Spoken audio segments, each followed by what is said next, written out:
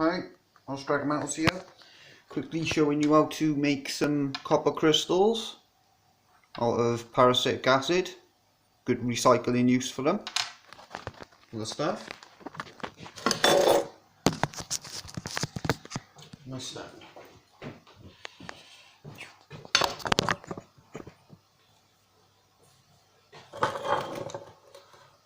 Got quite a bit of Paracetic Acid here. As you can see, it's saturated with copper and other stuff. It's very, very green.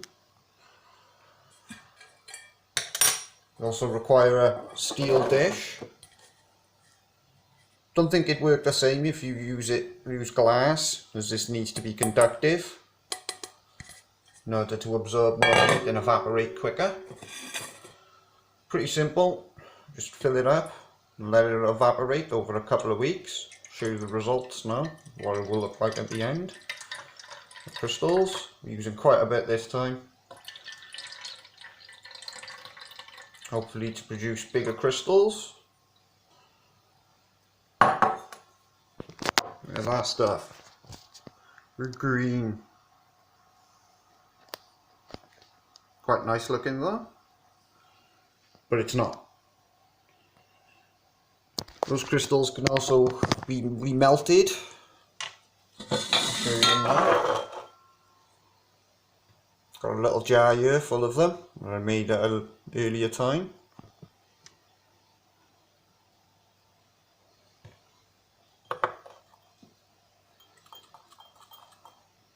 There you go. Let's have an examine of them. And that's what they'll look like after they've crystallized. Very nice little crystals. As you can see, there's a perfect one in the middle. Brilliant colour also. These are quite blue. I'm hoping this green. Hopefully it will turn out quite green, as opposed to these crystals. Yeah. There's obviously a lot more copper in here, whereas in here there seems to be some silver, probably some lead and other stuff, arsenic, things like that. Metals that are not good for you.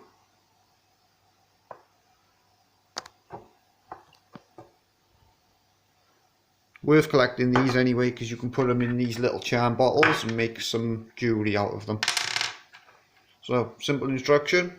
Just put Paracetic Acid in a steel bowl and let it evaporate over a couple of weeks.